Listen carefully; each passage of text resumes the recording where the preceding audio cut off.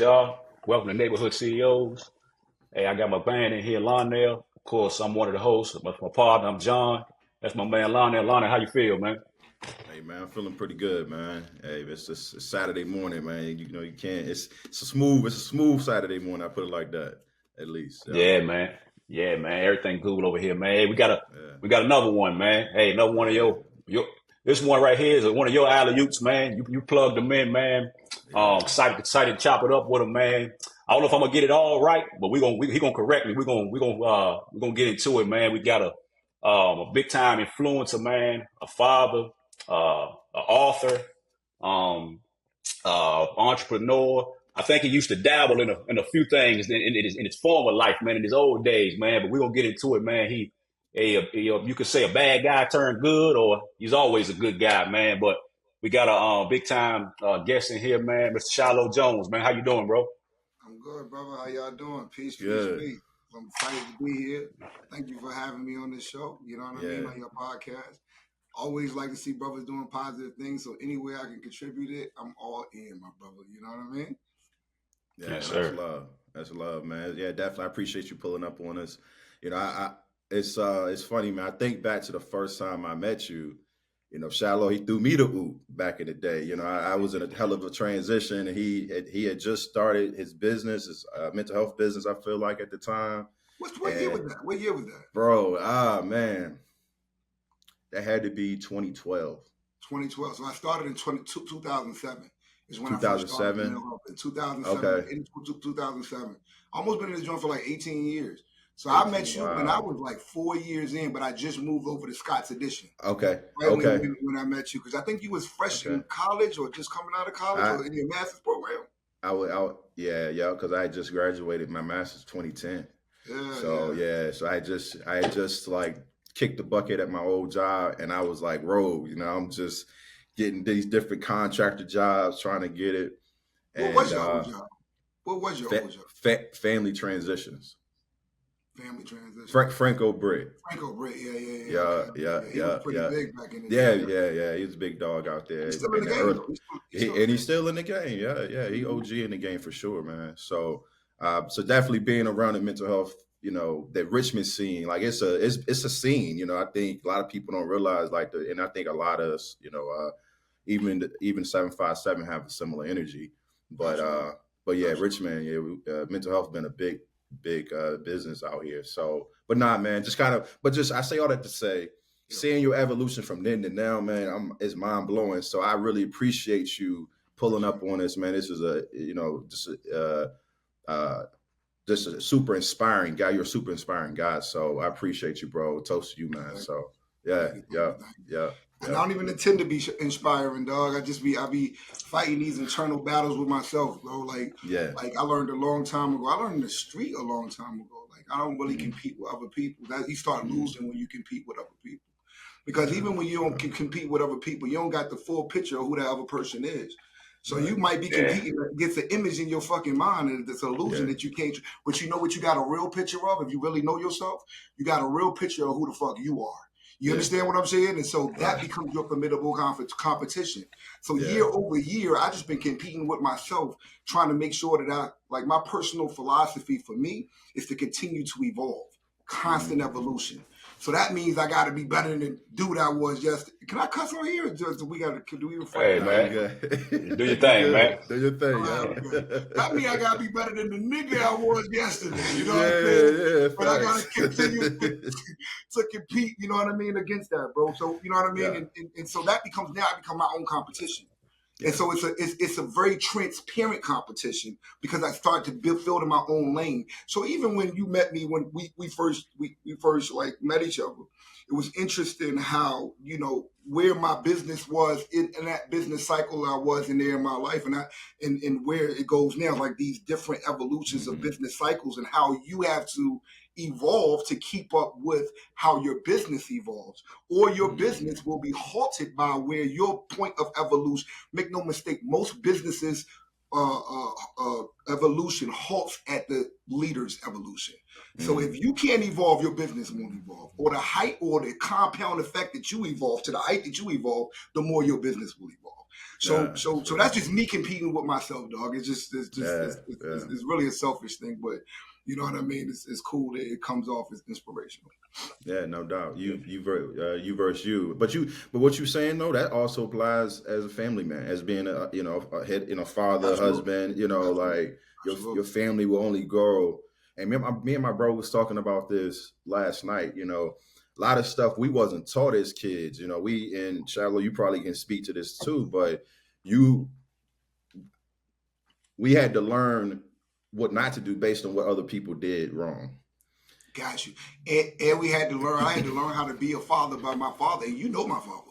Yeah. My father was transparent about that. He wasn't around when at a certain age. He left when I was 7 years old. Mm-hmm. Then we moved to the hood. We moved to the hood back when I was 7 years old. I moved to the middle of North Side. Richmond. I don't know how far this podcast goes. But I'm from Richmond, Virginia, North Side, Yeah. Richmond, Virginia. Yeah. I grew up in the most craziest times, murder capital. Like my neighborhood was one of the worst neighborhoods, and so I got slammed dead packed dead in the middle of that neighborhood, and that's why I used to have so much anger towards my father, because it was because of my father that I felt like, you know what I mean, I was in this situation. And I like to say, just the point you're making, I learned how to be a better father by not having a father. And so in some cases, I didn't have an example set, but I knew what I did not want it to be. You know what I'm saying? And don't get me wrong, my father now, we had a very beautiful relationship. I realized that he was on his journey like any other fucking human on their journey, right? Yeah. And I think that and he's a very beautiful man to this point of it. Right now he take care of my nephew. My sister was on drugs, and he actually takes care of my nephew. So if I had to look forward in the future and sacrifice my childhood so that my nephew could have a father, so that my father is being what he was supposed to be to me to him now, I would have totally did it again. Because I turned out all right, and my nephew wouldn't have turned out all right if he didn't have my pops there. Yeah. So to your point, yes, I circle back to that. Yes, sometimes we learn how to be things by the example of what we don't want to be. Mm-hmm. Mm-hmm. Nah, man, it's great perspective. Great perspective. Go Hey, ahead, John. hey, so I hear you saying, you wouldn't change nothing and the way you grew up. Do you think, because some people, they say they would have did it all over again, they would have changed nothing. But you think you could have been the same successful person if you had both parents, if you grew up with all the resources? Maybe you could have seen, of course you want to show everybody, you want to show their kids what they went through or what we went through, say don't want them always to have it easy. But if you grew up in the quote unquote, normal household, would you still be here as this person? Would you been better, or would you, like you said, I just don't know. have the same path? See, it's a lot of coulda, woulda, shoulda, right? Because then Yeah. I could have been in the household. My pops left my mom's. My mom's got like mental health issues, like really bad mental Mm-hmm. health issues. And so it came from I got a family of mental health issues on my mom's side. Yeah. And they passed down very strong, you know what I mean? So she has major depressive disorder. She had a couple different suicide attempts. So I don't know the pain my father was in trying to keep that relationship together. So when I go back and look at hindsight 2020, you know what I mean? And I got a wife, right? And so I've been with mom for 25 years, dog. 25 years, Wow. 26 years, some shit like that. I stopped counting. But I know it was cycles that I did. If it won't, here's the way to layer it, and I'm gonna circle back to that, to why you asked that question. Mm-hmm. Because it was times that I stayed in my relationship just because I didn't want to be my father. That I knew I wanted the fucking best person, bro. I want the best fucking husband, or best, spouse or boyfriend. You know what I mean? I had my own traumas and stuff like that. I had my own things I had to work through. So I know I want the best ideal candidate for a relationship. You see what I'm saying? So when I look at, how it was with my father and mom, they probably could have been created a toxic environment that probably would have led to different types of trauma, right? So I may have experienced different types of trauma. No doubt about it, I experienced a lot of trauma. The way that whole ACEs shit, adverse, childhood experiences, you know what I'm talking about? Like social determinants. Like I experienced all those things growing up, and those contributed to a lot of trauma to me. But I do think that I could have went through something different if if I stayed in that pathway, if it was a toxic relationship. Ideally, if you're asking me if I had the ideal parents and I didn't, and it was a harmonious environment, would that been the ideal situation? Of course. Like we teach that as black men why it's important to have the male and the female around, the mom and the dad, whether it's a kid, whether it's a boy or a son or a daughter, right?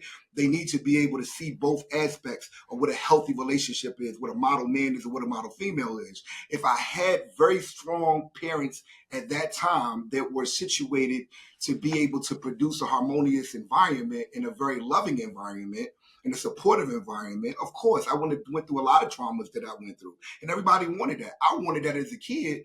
I was mad. Here's the thing. I grew up in an era where I only knew 5 fucking people who had that in their life. 5 people who had that. One of them was my best friend, Rio. Still my best friend to this day, like since 5 years old. And I used to go over his house and see this perfect relationship, right? His pops became kind of like my pops, and was Coach B. You know what I mean? He died now. He was a legend over there in Northside. He was a coach over there at Hoskins. But so I really didn't see that a lot. So I couldn't miss what I didn't see, but I was angry that I didn't have it because my level of situation was more intense than the average person. And so it did produce a level of anger for me. It did produce that if I did have this, I probably wouldn't do this. But then if I didn't go through the struggle, my dog, would I really have had to hustle?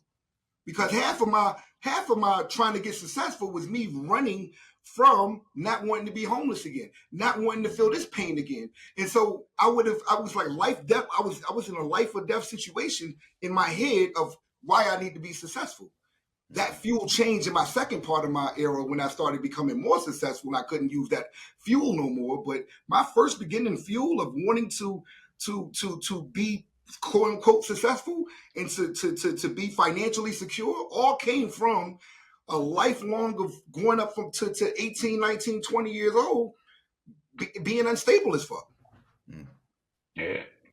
Yeah, I guess it's you're right. Yeah, you're right. I was asking because of course you wouldn't have had the drive you had or the determination you got. But I was asking before for the reason where if you got that stable, whatever family, ideal family, as far as the mental health stuff, just where you'd have got to where you are earlier because it's still in you, regardless if whatever you got going on in your childhood, it's still in you because you just from your normal everyday experiences. But that was my reason. Of course, the trauma it can break you as well. But that was the reason I was just asked because.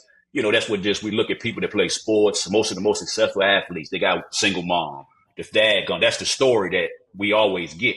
But it's some other stories where you can have both parents and you can still be jacked up with both parents. That don't mean anything. So it's just about, what's going on in your household and what you're being taught. So I just wondered from that perspective because I see, both sides so many different times out here. And it's speculation.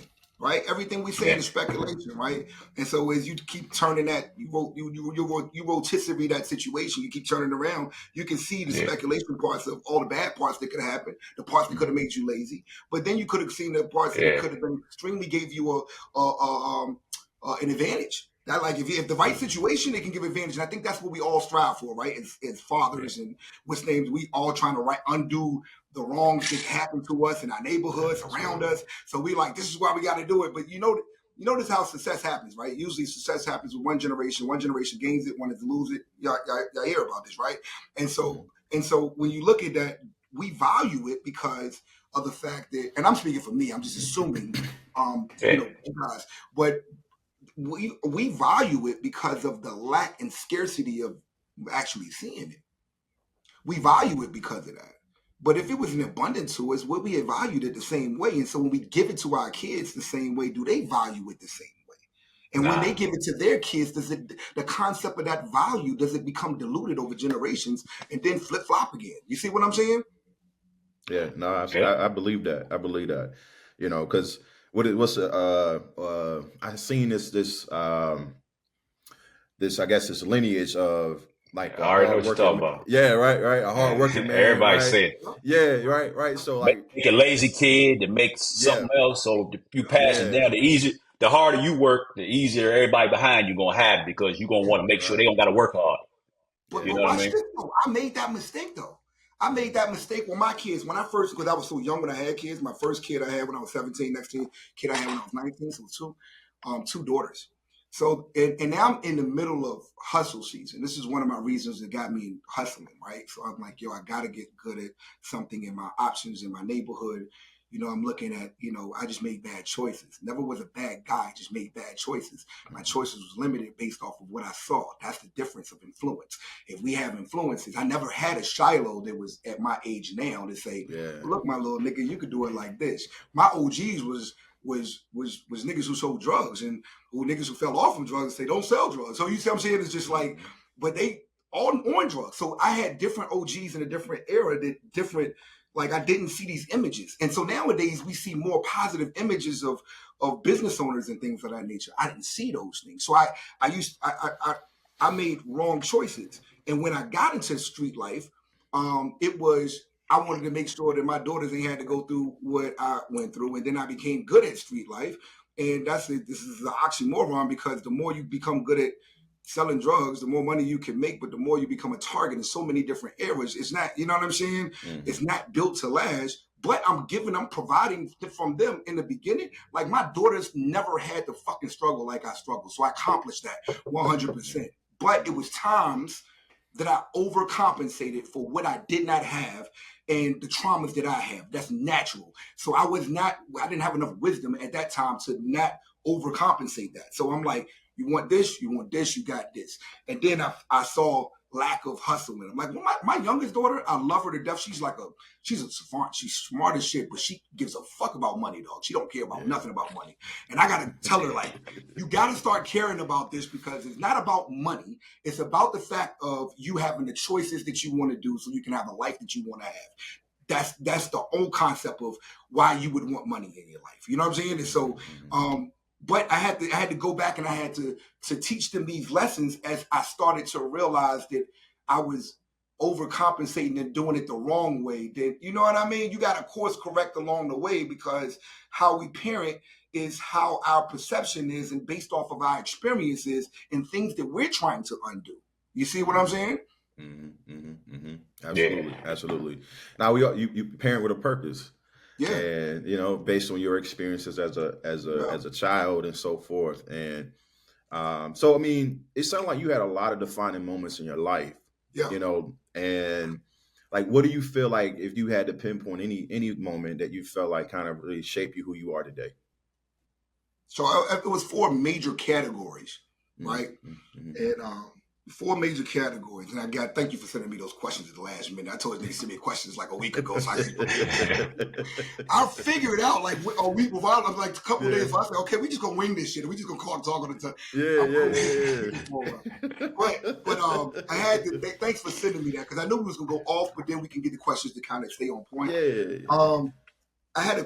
I think when I really had a chance to think about that, Lionel, it was 4 age. It wasn't defining moments. It was defining situations that kind of kept showing up in moments.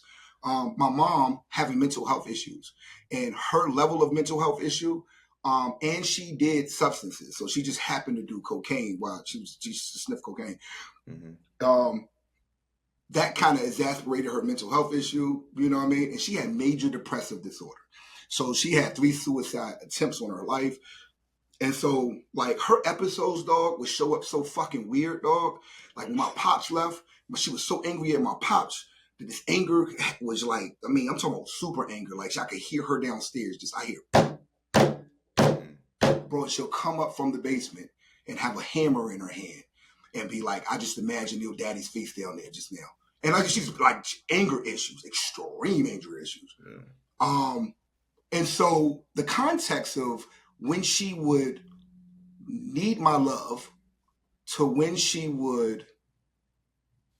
So what happened was, as a kid, she nurtured me. The mom instinct came in. She needed my love. Then as I got older and I started getting older, I'm starting to become a man. She hates men at this point. So what happens is a conflict. It's a paradox that happens. And this paradox that happens is I love you, I hate you. Then drugs in the picture, the mental health in the picture. So when episodes show up, it's like when they not there, I love you so much. Oh my God, what would I do without you? Overly to me. And when the episodes do show up, then it's like, you remind me of your fucking father. Now, you just told me how much you hate my father on every different level, to the point where you take hammers and bash the floor, to everything, and then you say, you remind me of your father. And then she'll detach and disconnect emotionally from me.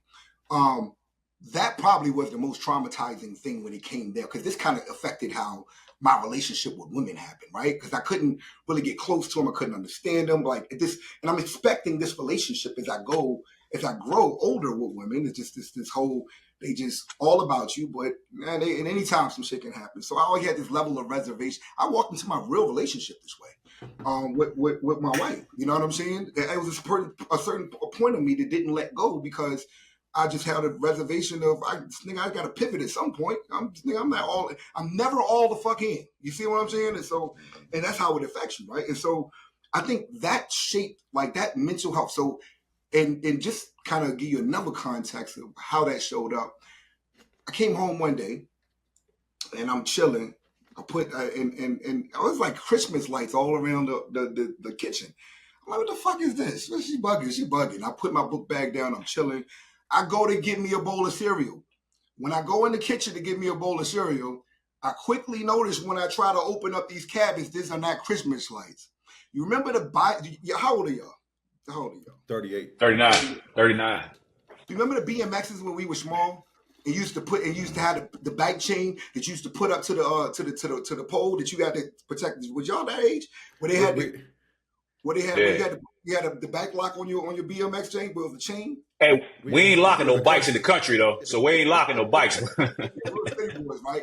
So they had these chains, and then what they did at some point, they used to have these, like, this plastic around it, and the plastic used to be different colors. Yeah. She went to the store and bought all of this chain in plastic and put it all around the cabinets.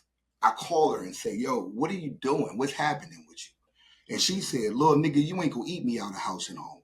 Nigga, I'm 12, 13 years old at the time. Mm-hmm. You see what I'm saying? So like this is part of what kind of guided my decisions on not trusting people, feeling unsafe, and I need to make way for something. You know what I'm saying? I ain't got no safety net. Like that's what's kind of built into my psychological architecture. But I bring that mental health situation up because it also helped me understand at a younger age. Like, I've been dealing with mental health issues all my life. And so it helped me put context in it. And it helped me really, really try to understand why the mind works the way it is, and put more context to it through understanding mental health through my mom, right? That was one scenario, right? The second scenario would be just growing up in the neighborhood that I grew up in. I grew up in the neighborhood, like I told you, I grew up in Northside. We moved there when I was about 7 years old. I moved there in the middle of the crack epidemic. You know what I'm saying? It was a heavy crack epidemic at that time frame. And it was the war on drugs. It was the effect of the war on drugs. Everybody was either selling drugs. And give you some context, down the street, nigga, it was like 20 niggas on the corner. The next corner is like 20 niggas. I don't even know how they used to make money, but it's 20 niggas on this corner, 20 niggas on that corner. Students every night. It was barbaric. My environment was one of those environments, bro. You would walk to the store, and you don't even know if you was gonna make it back home. Sometimes you'll get jumped. People jump you for, I don't know if you remember back in the day when motherfuckers just bank you and shit.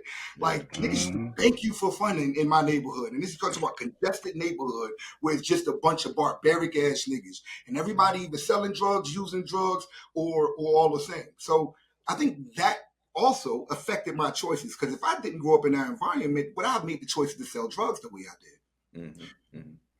That was two more. Other part was, along this way, I told y'all my mom was starting to act real crazy as the more older I got. So between the age of like 13 and 18, not only did I move out the house with her, I found myself homeless 3 fucking times. And that was before the age of 18, just on my own, right? And so trying to juggle school, trying to juggle life, trying to juggle the streets, and I'm out there with niggas 3 times my age, trying to figure out, like, when I say I was in the trenches, my nigga, like, it ain't too many people that had to deal with that level of cold, hard reality of being in the trenches that young. 15 years old, trying to figure out how you gonna eat, you know what I mean? And how you maneuver in the streets where, again, the hustlers out there, niggas is shooting, niggas is robbing, but I'm still I'm learning how to maneuver among sharks out there.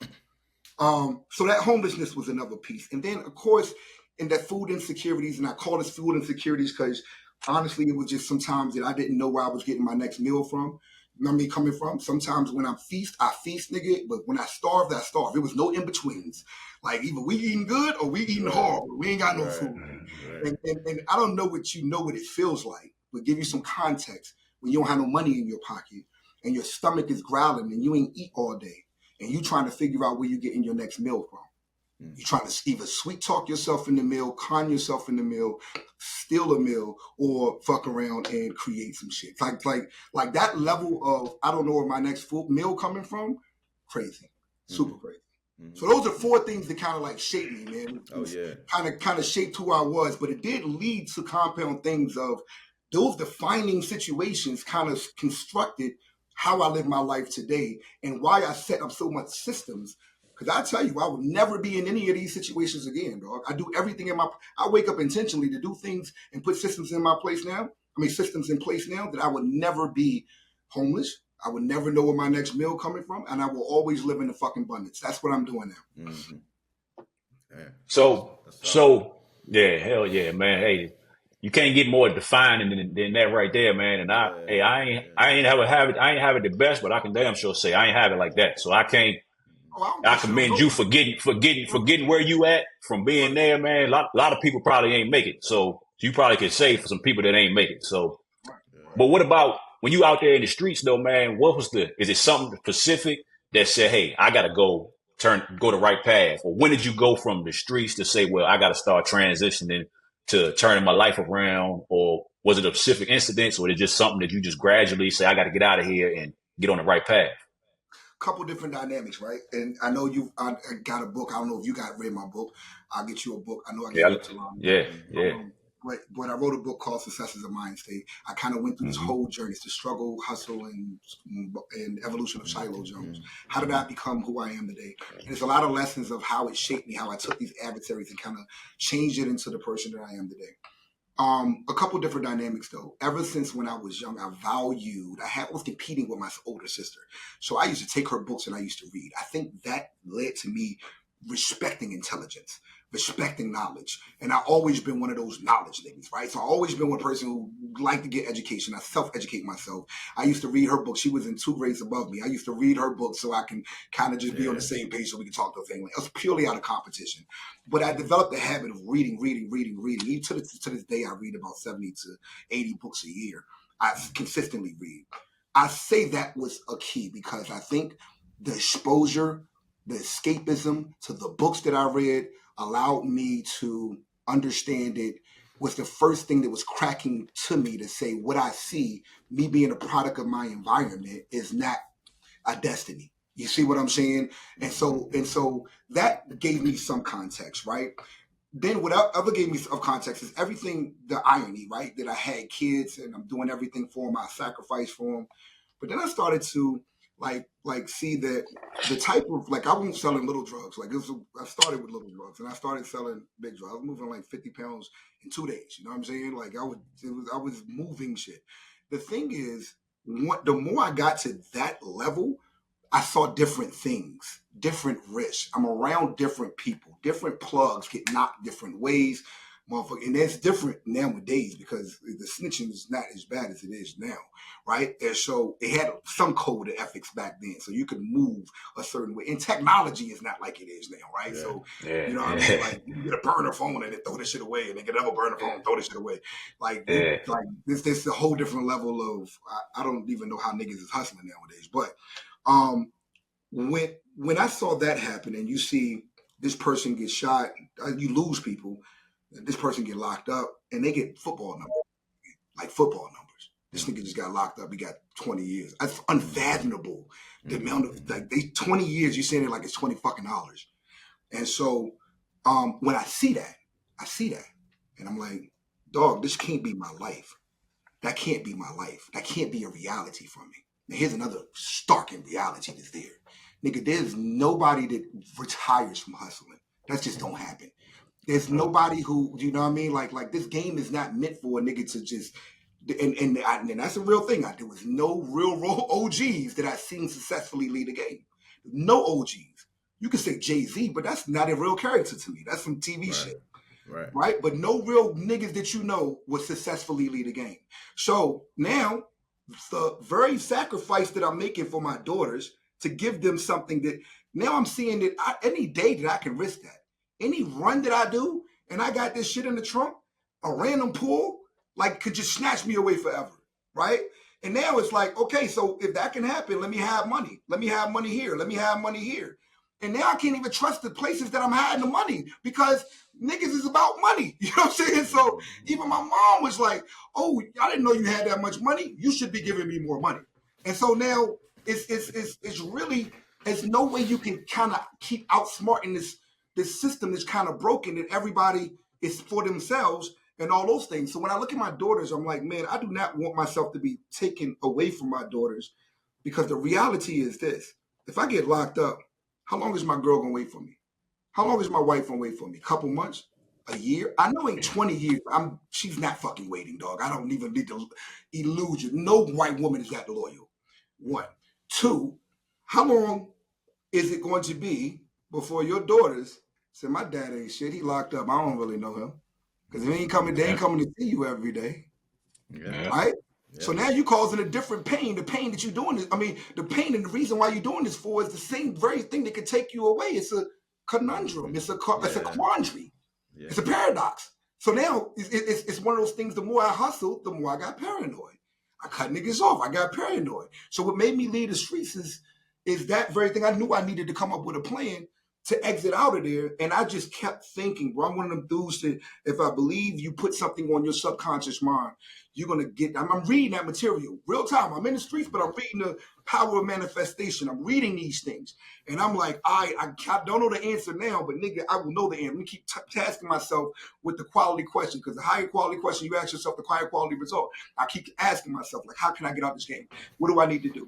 And then I start prioritizing shit. You know what I mean? Like when I first got out in the streets, because I ain't never had shit, you think money fixes shit, but then at the same time, you got to get this shit out your system. You got to get the clothes out your system. You got to get your jewelry out your system, all the fucking cars, going to the club, go to the club, take my niggas and go to the club, spend $1,000, $2,000 in a night. We go back the next day, do the same thing.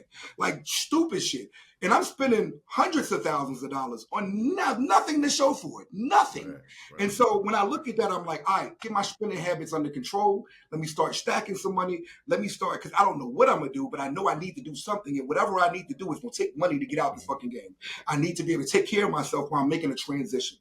And bigger than that, bro, like I've been in so many life or death situations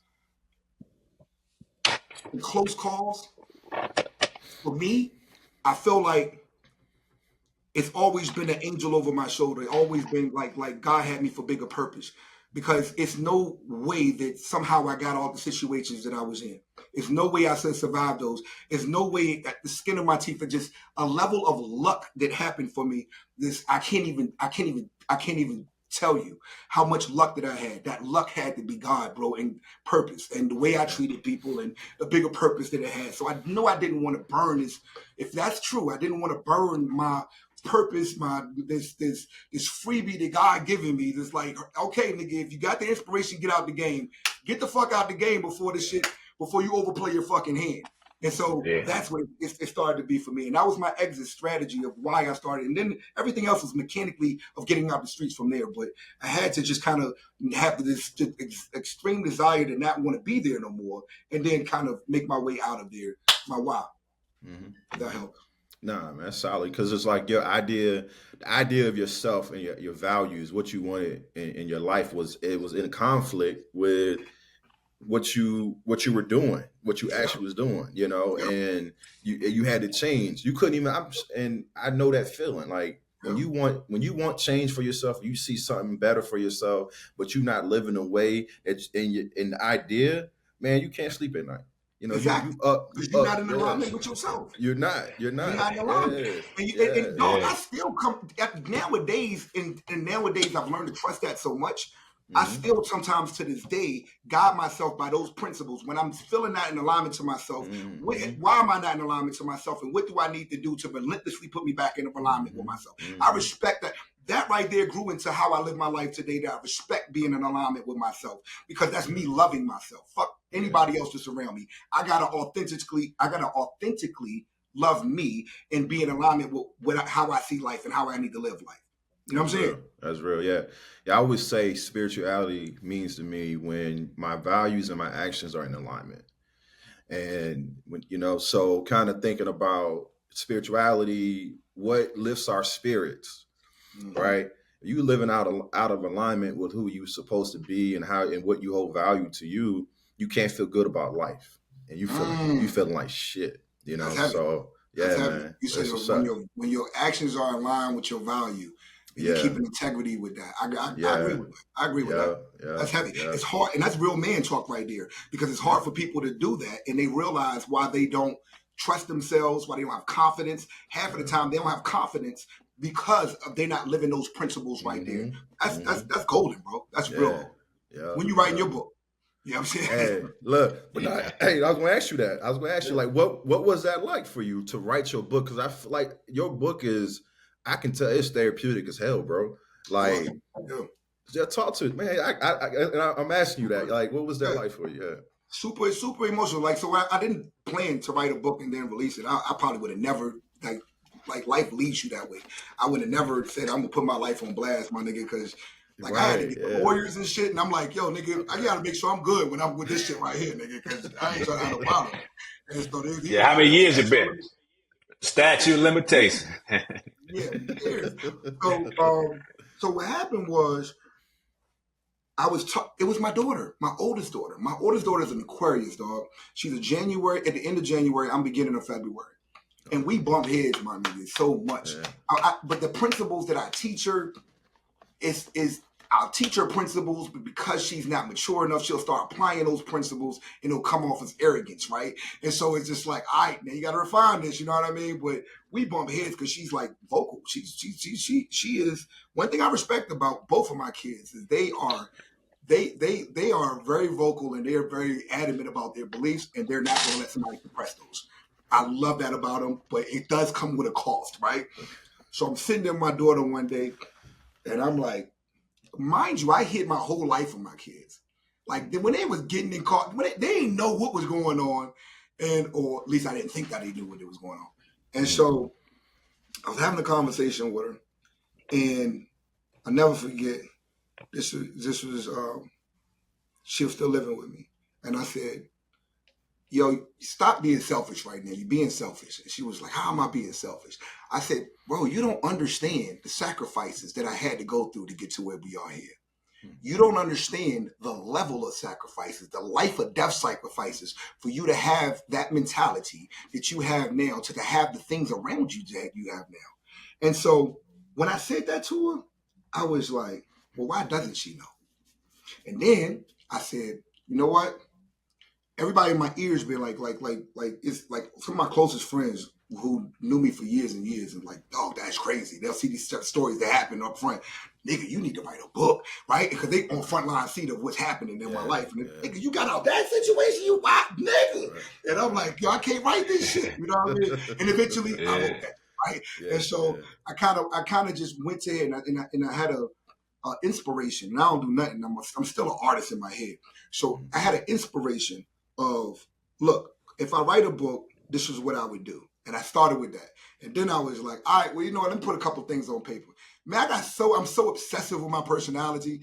I started like every day I came home, I'll go to work, I'll come home at 4:30, and I'm sitting there until like 11:30, 12 o'clock at night writing. And it just started flowing to me. Then I started going to bed, and I started reliving these moments, right, throughout my life. Because I wanted to start, I'm like, I would structure it this way. And let me take you through.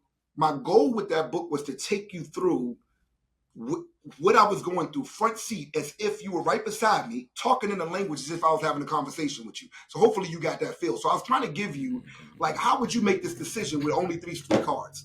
But 3 years from now, I might have 6 more cards, and we're going to make a different decision, but let's make a decision with that based off of what the chips we have there. So I'm thinking through situations with you, but I'm trying to give you what the tools that I had at the time. And so I was going to bed, I started like kind of going to sleep, waking up, and I'm throwing these outlines, and I'm doing my outline real time of actually writing. Bro, 40 days it took me to write that book. 40 days it took me to write that book. I was so engulfed with kind of constructing it. And I tell you, it was days. So I was writing and I would cry. There was times I was writing, I'd be laughing. There'd be times I'd be writing and I'm like, damn, that shit hurt the nerve. Because I'm reliving most of our memories, bro. We are like holographic. We know our memories by way of emotions, right? Yeah. Usually by way of emotions. So your emotions kind of follow that chronological timeline of these events that happened. And I kind of just went to these points. And when I unpacked those points, bro, it's extremely therapeutic for me. Extremely therapeutic. I let go. I made sense of some shit that I did not even make sense of. And I unpacked moments, honestly, that I suppressed so far that I was like, damn, I remember that moment. And it was so crystal clear because I was going in chronological order of it. I grew up with you know what I mean? And after I finished it, I was like, you know what? I'm just going to, press it up for myself. And I pressed it up for myself. The moment I did, I gave it to my daughter. And that was my first thing. I said, I just wanted you to read this. I was like I told my wife, I said, I think I'm going to let her read this. She turned to 18. I'm going to let her read the fucking book, right? I gave her the book. Bro, still make me teary-eyed to this time frame. If I'm nervous, I give her the fucking book. She doesn't know, because she doesn't know your history. She didn't know my history at this point. Right, okay, said, you are my hero. And I still give her tears in his eyes. What's that? Yeah. When she texted me back, she said, Daddy, you my hero. And it all made sense. I swear, our relationship changed so much from that point, bro. I realized didn't have to hide it from her that long, but maybe I needed to hide it from her. But when I put it down, I put everything, it was past life. But when I really gave it to her and she was like, boom. Then I let my youngest daughter read it. We out in Vegas. And while we out in Vegas, they started talking about, we just had this real deep therapeutic family conversation of all the crazy events that happened throughout that time frame that they saw from their eyes. And it was really deep for my family. It was really deep for me. Yeah. After I got to that point, I was like, fuck it, I don't care. If my daughter can see me naked, quote unquote, then the world can, man. I don't give a fuck about what nobody think. These four beings, you know what I mean, around me is what I care about the most. And at the end of the day, you know what I mean, if they can see me for who I am, I don't care if the world does. Mm-hmm. No, that's beautiful, bro. That's beautiful. No, I can see the healing in it. Just the evolution. I mean, you did a really good job, structuring your book, and it was very intentional. So that's dope, bro. Yeah. And not only did I realize that what was real dope about it is not only did I realize that I'm sitting there doing everything there, I realized that how many niggas got a story like this, and so then that became a thing where like my shit started being in prisons and shit like that, and people was picking the book up, and it really started catching on because it was like, yo, dog, you articulated some shit, and you've articulated some shit that I went through. My mom's XYZ, nigga, I didn't have da da da da da. Like, and so it just was a point of inspiration. Me being transparent on my own story and myself was allowing other people to be able not only to relate to that, but then be like, nigga, if you did it, I could do it. You know what I'm saying? And so that's when it was a point of inspiration. I didn't start with that point of inspiration. It just kind of ended up there, if that makes sense. Yeah. Now, I think, man, like when you think about men making change, you don't see it a whole lot, you know. But when you do see it, it is monumental. It's monumental, you know. So like when you think about just other, like you just mentioned, like you write it also in mind of other people being in a similar situation.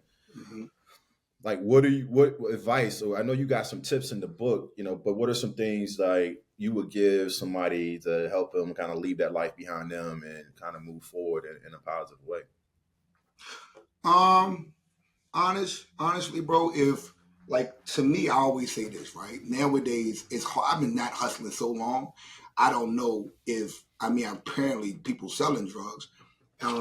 That's not my like I had to make certain decisions to not be around certain niggas no more, right? So that's not my reality no more. That's not my level of influence no more. That's not my level of people I interact with at all. But I do say this, I do come across people sometimes that asked me for that advice. Of course, I got, with the companies and stuff like I'm that. about to say, Still doing drugs and all that type of stuff. So I try to, you know what I mean? Like we at this whole different place. Like what I personally did with drugs, I just don't personally think that it's just the world is there to do that again. You know what I mean? I think that it's a dangerous lifestyle. It's a dangerous way to live. And it's a playing with fire type thing, and nothing is honestly worth your freedom. You know what I'm saying? Like I got out there from the skin of my teeth, and I didn't get locked up, man. But it's just. But I could have, right? I could have, and so I don't feel like anything and shit cool about it. And I know a lot of people glorify that street life shit. It was not. I spent myself in the street in certain ways where it just won't nothing cool about that shit, yo. You know what I'm saying? Even when I was young and I was like, that's a cool G right there, but you know what I mean? Like being in that shit like I was, bro, like it was nothing cool about that shit. And some people who make the choice to do this because they're attracted to the lifestyle, like that shit is dangerous. You're risking freedom for ego. You know what I mean? You're risking freedom for ego. Hey, so I see, like I said, he sent me the book a couple of days ago. I'm gonna get into it. I gotta check it out. Well, he sent me the link for it to be able to check it out. But I just ran through your social media, checked out. You post these videos, and I wonder when you do that, is that like a method behind that? You just say, "Hey, I just feel like I need to get this off. I need to let some people know," because I'm just going through when you posing questions and you posing, scenarios, just how you feeling. Where you get inspiration from when you choosing like, what you want to post? Is it looking to motivate or just what you feel and you say, I'm getting this out and whatever it does, it does? Aha moments. I have these aha moments that happen, and I take that aha moment and I encapsulate it, right? And then motherfuckers know me around my companies for creating sayings and shit, and I'll be the saying down if I come up with something, I'm like, all right, this is right, because I'm really embodying the moment of that. But I have these aha moments. We might be talking right now, and it might be something deep that you say, I say. We come up and we'll say boom, and I'm like, yo, that's a dope ass point, dog. Like, I want to make this a moment, right? And so so a lot of that is just me making it a moment for myself, and then I just capture it, and I'm like, all right, let it speak to whoever it speak to. Like, it's not a process of where I'm trying to do something disintentionally trying to I'm totally not there with social media where I'm trying to do something to try to this is this much engagement. This is much. I really don't actually give a fuck about social media. I got a social media manager and all that shit, bro. But I try to create impact with what we just kind of like everything I do in my lifestyle, right? I try to create impact because if I can do that, then I know that at the end of the day that I use where I'm at to help somebody have insight, perception, somehow increase the quality of their life. Like that's what I'm about now. And I live a lot of my life in low quality in the beginning of my life that I specialize right now in high quality life. So niggas around me, that's what Lionel said, "Go, do you do coaching now?" I do that shit for free, nigga, because I make enough money in the real world that I just love doing that. Maybe one day I'll try to make money off of it, but right now, I'm blessed, bro. I'm blessed in the fact of being around the people that I'm around, being able to process these scenarios that I process, to be able to have the wisdom that I do, bro, and continuously being able to be exposed to more and more. And so, you know what I mean? Like, I really am about like on the quest to how do I always continue to produce a higher quality lifestyle for myself, and how can I help you do the same thing? So that's just my personal philosophy right now. Remember, I told you my personal philosophy is evolution. It's to continuously evolve. And so that's just part of me living out that personal evolution. I mean, my personal philosophy. Yeah. If that makes sense. Yeah, no, that's solid. That's solid, man. Just giving back, man. Just to give back. And you got to appreciate that. Yeah. So many people gatekeep information. Absolutely. And so, giving it away, man, that's solid. Giving gems away. So and not just giving it back like that way, dude, too. But I mean, I give back literally in the community, like give back. So that is about like, and the more and now I'm gonna talk spiritual for a minute. The law of giving and receiving. The more you give, the more you're gonna receive. This is the process of abundance, right? And so I will never have a problem giving. because this is part of my philosophy on how we create abundance for ourselves. That's when we change our minds to manifest and think on a higher frequency and be in abundance. This is what has to happen. This is the law of giving and receiving. You give more, you receive more. That's it. Yeah.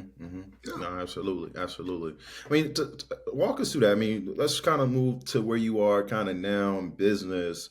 Yeah. Like, what's, like you said, giving back. You know, you have a very successful mental health business. Giving back. I mean, giving back to the same communities you grew up in. Like, how does that feel? You know, just to be doing what you're doing now. In purpose.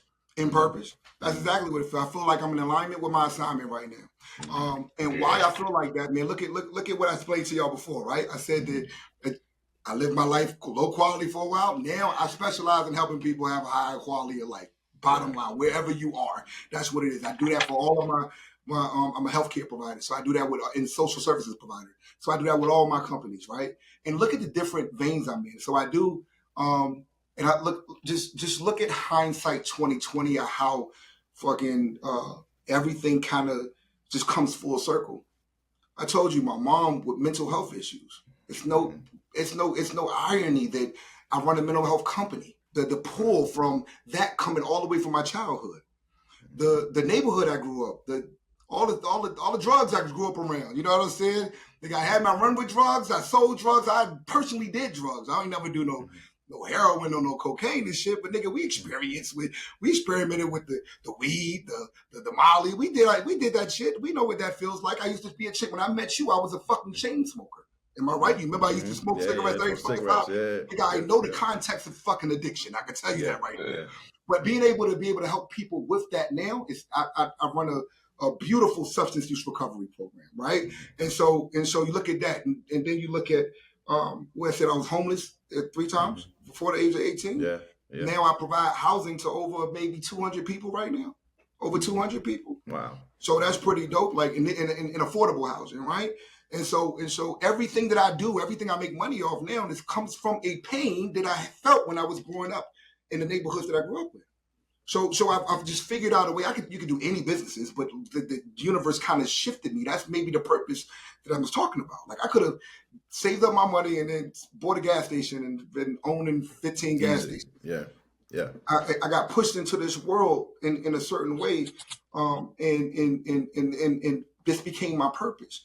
And I've realized now how it became my purpose all the way back when I was a kid. And now the pains that I felt there and the barriers that I felt there, I help people alleviate those barriers and lift those barriers so that they can have a higher quality of life. That's it. Yeah. That's solid. Now, but you make a great point. And it's just for context, like being a mental health provider is not an easy business to get into and also sustain over you said since 2007. So you what? Yeah. You almost 20 years, like almost 20 years of the game, right? So that speaks volume, you know, the one, all right, I'm gonna use my purpose. I'm gonna use this assignment, this talent that God has given me to hustle, to I always say have a case of sit your ass down, to really do some shit and grind out. And you know, it's you're blessing so many people. And you guys also got the nonprofit. Right? And that's the nonprofit, that's the other thing. Food insecurities. Right? So I can't make this shit up. My wife, I remember I told you I had the feast of famine. So my wife used to her first job was at Lee's Chicken. Do you remember Lee's Chicken? Yeah. Lee's Chicken is still around. Her first job was in Lee's Chicken. At nighttime, they'll let whatever chicken is that or whatever food that they have at nighttime, they'll give it to the fucking employees. I could count on her at the end of the day. If I ain't had nothing else to eat, she's going to bring her ass home. She's getting in trouble with her mom to come by and say, at this time I was living in Churchill and I was living I so happened that I was living 8 blocks away from her. She'll get off the bus. I meet her and then she'll walk on. She'll give me all this food. And I was sometimes the only time I survived off that food. She knew what it was like to have food and and she stuck with me through those food insecurities. So you understand my loyalty to her, that even when we weren't on the same page, I was like, yo, I'm gonna make sure she all right, regardless of the fact, because, you know what I mean, she made sure I was okay in the places where, you know what I mean? And any relationship can go up and down, dog. Any relationship, you got to go through these seasons, you know what I mean? And so, and so my thing of, yo, we gonna stick it through. We gonna make it. You know what I mean? And we built empires together. And so one of the things that we did is when I started building the for-profit, we built a nonprofit. You know what I mean? Law of giving and receiving, right? And so still building off these principles. More money we make over here, we end up, you know what I mean, making sure we make impact with a nonprofit. One of the things that we do with a nonprofit, got a food pantry for food insecurities. We feed over 50,000 families every year and growing year over year. And that's because we know how it is personally to deal with food insecurities. It's one of our purposes. Again, goes back into mission. So everything I do now, dog, I really spiritually am in place because, you know, if I wanted to retire, I could have retired, right? I could stop everything, whatever. Everything I do now is really kind of like based off, do I want to do it? Why do I want to do it? Does it tie into my personal philosophy? And I get energized from it. So I still work 20,000 times like I did like back in the day. I still got that hustle mentality. I still bust ass, and I'm probably a very hard worker. But I love what I do, so it don't feel like work. And I'm working heavy now to make sure that I am preparing myself for my third season in life, right? Because I believe we have 3 seasons in life. That third season in life, when I do get in my older years, I'm designing that shit to be exactly what I want to, so that when I don't want to do this no more, and it come knocking at my door that this is not purposeful no more, I'm not doing it because I got to do it, and I'm a slave to it, and I got to keep it going. I want to be able to shift when the time is right for me to shift. That's the definition of success.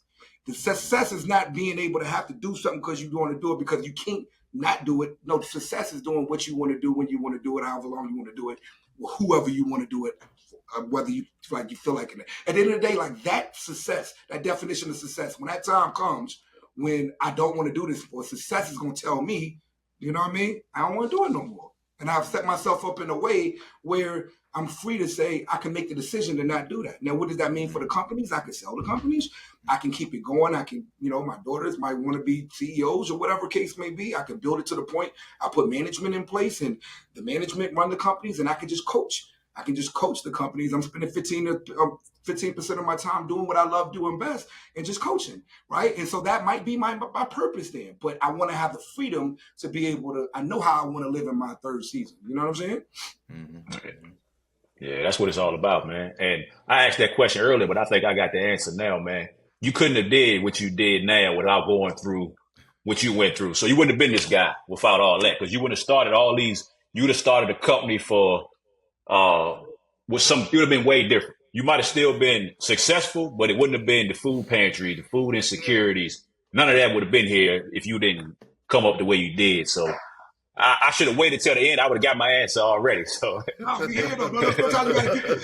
we got to get there though, because you see what the answer I kind of had to give you, because I don't think about that question like too much, right? And so the thing is even with that that concept, like I probably would have been an entrepreneur, but I might not have been an entrepreneur with this much passion and purpose. And so that's fulfillment. Like you know what I mean? And I've been through. It was a part, y'all, when I was selling drugs. And I could wake up when I wanted to. I can go to sleep when I wanted to. I party when I wanted to. And I felt empty. It was like I was not feeling purposeful, champ. You know what I'm saying? I did it because I thought money would fix everything, because money caused every problem in my life. But once the money was there, I had to learn a valuable lesson, dog. I had to learn that before I got here, because I would have fumbled something taller. You know what I'm saying? But I had to learn then that everything is not about money. Money is important, but I had to put money in its context, right? And so I had to put that money in the context where money is not everything, and money doesn't fix every problem. Money helps pay bills. Money helps create options so that you can have the freedom to explore whatever options that you want, so they can serve you to have the life that you want to have, so that you can pay for certain resources. But it does not provide happiness. It does not provide fulfillment. It does not provide passion for you. And so those are two different things. Hopefully in our lifetime, we can do something very passionate while creating financial freedom for ourselves. And that's and that's what, you know, what ideal life looks like to me. You know what I'm saying? Yeah, solid, bro. Now this is love, man. This is like, there's so many gems and nuggets in this. And I mean, I feel like at the end of the day, man, like, you have hit on everything that we kind of like, the questions without even asking the questions, right? In a lot of ways, Yeah, which is love. yeah, And that's how we want these to go, where the conversation just kind of goes and where it needs to go. And so, um, when as you kind of look at like where you are now Yep. and you look at where you're trying to go, um, what mindset shift do you feel like you have to reach to where are you trying to go? What mindset shift do you have to take it to next?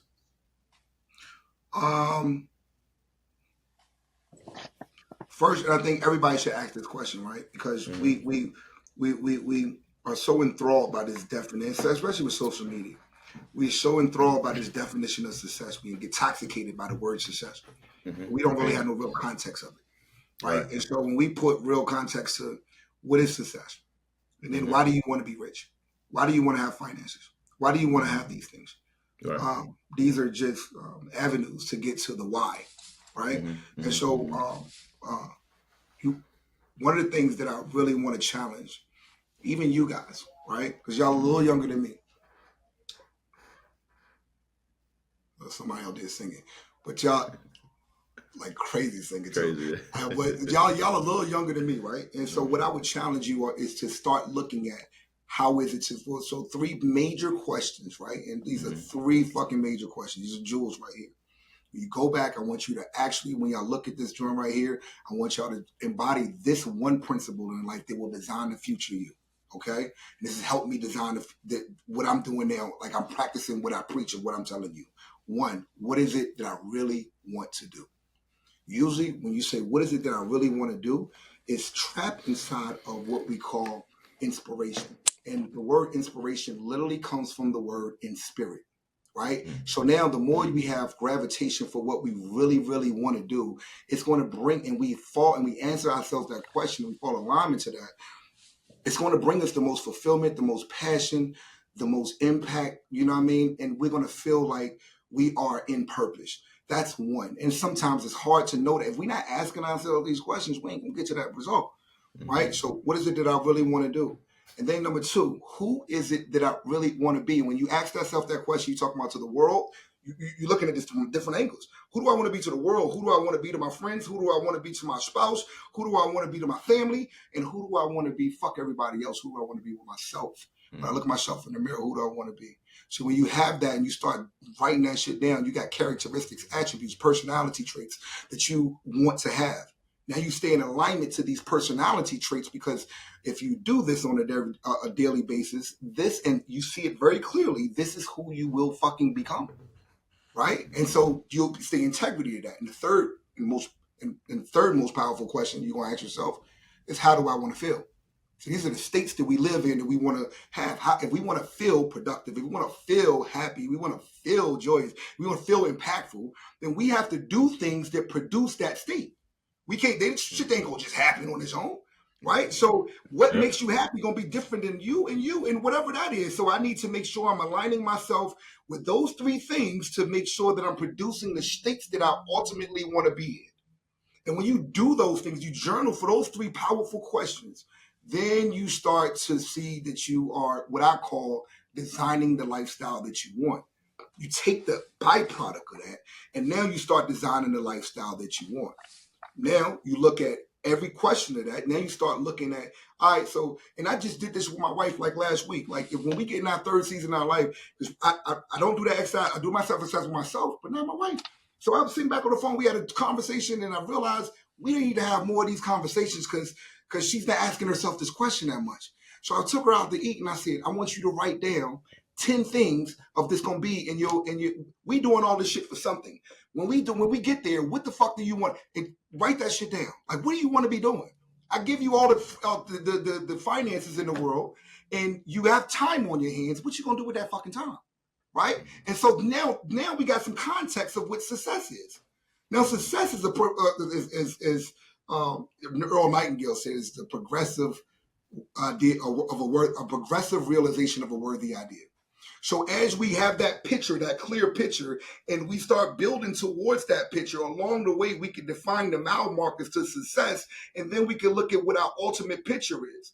And now life comes a lot better, y'all, when I know I'm waking up every day saying my fucking affirmations and visualizations with a clear picture of where the fuck I'm going every day. Because every day I wake up, I'm clearly building how I'm designing my life, how I'm designing my future, how I'm designing my fucking finances. Because I know what my third season is going to be. I know what I want it to be. I want to work only 15% of my time. I want to have 2 fucking Frenchies that will go around with me everywhere I go. Trips for 2 months at a time. I want to be able to coach companies. I want to be able to coach entrepreneurs like yourselves. I want to help y'all put zeros behind y'all shit. You know what I'm saying? I want to be able to impart some of the wisdom that I've learned to individuals, and I don't even want nothing from them. That's the beautiful part. I want to do it and attach myself to projects simply because I fucking want to do it. Right? And so this clear picture that you have now, and as you get, especially if you get on the same page, and what I found out is when I wrote mine, I did the exercise with her just because we got to be on the same page. 90% of what she wrote down was the same shit that I wrote down. So now this is alignment. Now I got a pre-frame. I psychologically pre-framed her because now anytime she need reframing, I can say, babe, remember we said we was going to go do X, Y, Z? Let's not forget what we working for. That's why we need this portfolio to look like this. That's why we need our cash flow to produce this much money per month. That's why we need da da da da da. And how are we doing right now? What actions are we doing right now to lead to that outcome? And so now it becomes I'm working towards a bigger picture every fucking day, and I know what that picture is, and I'm going to have fun along the way, and I know how I want to live, and that I got a total clarity on life. Now it becomes fulfilling because now I can tie the work that I do, right, to my past and connect it to my future. The whole timeline, if that makes sense. Hey, you know the emoji. Hey, you know the emoji where your head's blowing off. Nigga asked me a question. I went on a tangent in there. I look like I was questioning. Hey, but my man was locked in though. You was locked in. You was in the zone. You hit that mama mentality on us, man. You was locked in. That's it. Yeah, bro. Yeah. But man, I appreciate this. This is beautiful. I tell you this, man, that if y'all grow y'all podcast, man, anytime y'all want to do another one of these, man, like we could do this all day long. I like doing this shit. It's fun. And I don't care if 5 people watch it, 50 people watch it, or 5,000 people watch it. If somebody gets inspired off what you do and can learn something that touches them, then that's that influence that I'm talking about, right? That's what I'm talking about. Yeah, man. Hey, shit, we supposed to at the end, man. He probably put it in the question. We supposed to get a key for the day, man, but we already got a bunch of keys already. So, man, I don't know if we got another one. I don't know if we need another one, man. But hey, man, this is was more than I imagined it was going to be, man. Like I said, I just got a few days to, you know what I'm saying, to try to crash course what you got going, what you're about, man. But hey, we appreciate what you. The alley-oop, man. Appreciate you coming through for us. Appreciate, you doing big things, man. And for you to come down and try to pull us up, man, we appreciate it, man. No, for sure, brother. And one of the things, and I'm going to plug myself for a minute, but one of the things I'm working on, we're going to plug the book. Let me see if I got a book. Hold up. Yeah, we're gonna plug it. Yeah, let's get it on. Let's get it on camera, man. Yep. We can plug the book. There you go. Bam, that's the book right there, right? Yeah. Talks about how everything I got to this point now. And I'm doing another book right here. But I'm doing another book, right, that I'm actually I'm connecting, I'm building, redoing my website and all that stuff. But I'm doing another book that I am cleverly, what I'm trying to do is connect this to a software that kind of coaches an individual, because my time is so limited, but it kind of coaches an individual to ask themselves the same questions I'm asking you, and how do you strategically formulate a plan and how to get there along the way. So that'll be dope. I'll try to give you some, once I finish it, it's going to be dope. Okay. The book is already done. The platform is done. I'm just waiting for the website and connecting it all, but it's going to be a totally immersive experience. And I call it like mentorship in a box because it's like I'm being there. You ought to be. It's like being there to have a coach with you, and I'm right there with you. No, I can't be there physically with you because I got all the shit I'm doing, but when COVID came around, bro, I went through and was like talking to myself, coaching myself, trying to, like, my younger self to be able to say, this is what I would do if I had to do it all again, right? And so it kind of took you from nowhere all the way to somewhere that somebody is on this plane, all the way to automating that financial freedom, that wealth plan for you. So that's something that's going to be dope that I'm going to have, and I'll send y'all some information on there. Yeah, but I would love, as a matter of fact, I'll give y'all access to the platform for free, just so that I want you guys to actually go through it and give me y'all feedback on how it affected you. That's going to be free for y'all. All That's love. That's love, bro. Appreciate that. Love, man. Yeah. Hey, Lionel, so we'll try. We're going to try real quick, Lionel. He ain't got to, we'll just do a good time, not a long time, man. So, hey, Lionel, go ahead and see if you can get one more quick one from him, man, before we tell him boat, put a dot an I across the T for us real quick, man. Yeah, so at the end of every pod, man, we get a key for the day. Hey, we look at it like the icing and the cherry on top. Give our guest the last word before we wrap it up. So if you got any key, any gem, anything, you can leave the good people, man. What you got? Well, I now you put me on the spot. I don't even got shit for you. Ask yourself the 3 questions that we went on a tangent with. Journal with that every day, man, because the more you get clarity on that, the more you can build a picture. The clearer the picture that you have, the more likely you are to move towards that picture, and you can manifest that picture. You got to realize this, that abstract realities never take form. They never get realized.